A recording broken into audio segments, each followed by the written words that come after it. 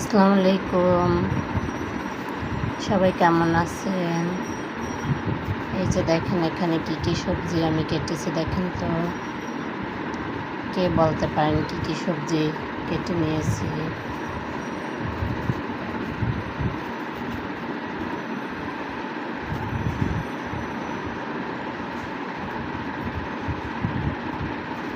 এখন আমি সবজি নিরামিষ করব, ঝোল সবজি করব। এই যে আমি সবজি নিরামিষ করব, ঝোল সবজি দেওয়ার জন্য একটু বাটা পেঁয়াজ আর রসুন দিয়ে দিলাম, আদা বাটা দিয়ে দিলাম, পেঁয়াজ কুচি, কাঁচামরিচ কুচি, তেলটা দিয়ে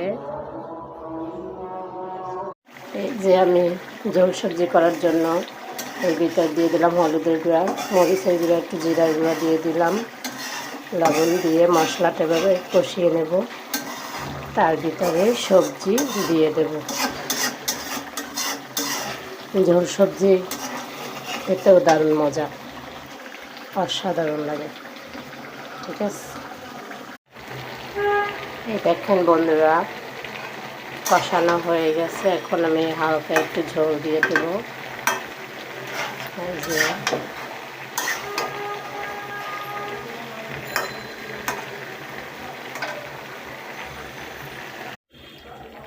এই যে ঝোল দিয়ে দিলাম। ঝোল দিয়ে এখন আমি ঢেকে দেব।